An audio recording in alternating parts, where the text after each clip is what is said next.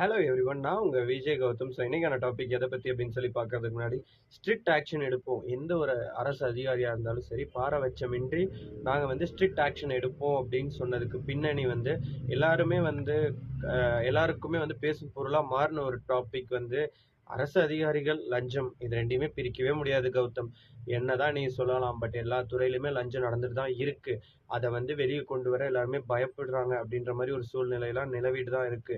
So எந்த ஒரு சேஞ்சஸுமே நடக்கலை அப்படின்னு சொல்கிறவங்களுக்காக தான் இந்த ஒரு வீடியோ போஸ்ட் பண்ணுறோம் இன்னைக்கு நாளில்.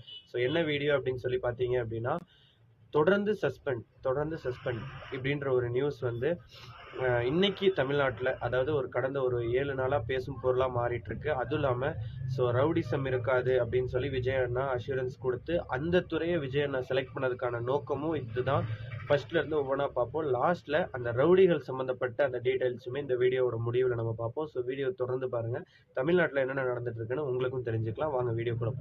வளத்தை பாதுகாக்க வேண்டிய இடத்துல இருக்கிற நம்ம அதை வந்து கரெக்டாக மெயின்டைன் பண்ணி கொண்டு போகணும் அப்படின்னு சொல்லிட்டு டாக்டர் பிரபு என்ன பண்ணாரு அப்படின்னு சொல்லி பார்த்தீங்கன்னா, கனிம வளம் எங்கே அதிகமாக கொள்ளையடிக்கப்படுறாங்களோ அந்த ஏரியாவுக்கு ஸ்பெஷல் ஃபோர்ஸ் போட்டிருக்காங்க.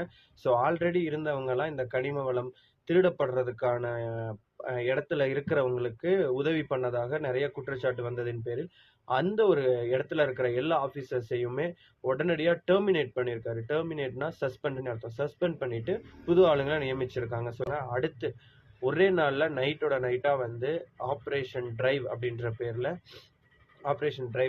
பேரில் நைட்டோட நைட்டாக 75 ரவுடிகள் வந்து கைது பண்ணப்பட்டிருக்காங்க. சென்னையை சுற்றி மட்டுமே. அதாவது தமிழ்நாடு ஃபுல்லாக 75 ரவுடி இல்லைங்க, சென்னையில் மட்டுமே. சென்னையில் இந்த மாதிரி ரவுடிசம் பண்ணிட்டு இருக்கிறவங்க டார்கெட் பண்ணி நைட்டோட நைட்டாக 75 ரவுடிகளை வந்து சிறைப்பிடிச்சிருக்காங்க சென்னை போலீஸ். ஸோ இதுக்கு பின்னாடி யார் இருக்கான்னு பார்த்தீங்கன்னா, விஜய் அண்ணாவுடைய அந்த ஒரு ஸ்பீச்.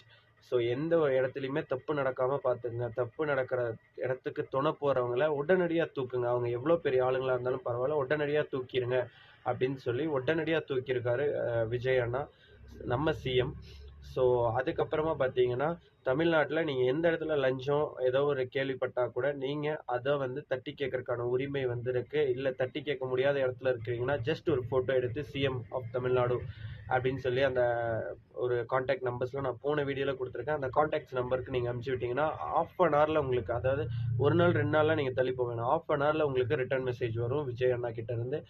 ஸோ மாற்றம் ஒன்றே மாறாதது அப்படின்னு சொல்லிட்டு நம்ம நிறைய இடத்துல பேசணும். அந்த மாற்றத்தை கொண்டு வந்திருக்கிற தமிழக கவர்மெண்ட்டுக்கு இன்னுமே அவங்க வந்து இதே மாதிரி சிறப்பாக வழி நடத்த எங்களுடைய மனமார்ந்த வாழ்த்துக்கள்.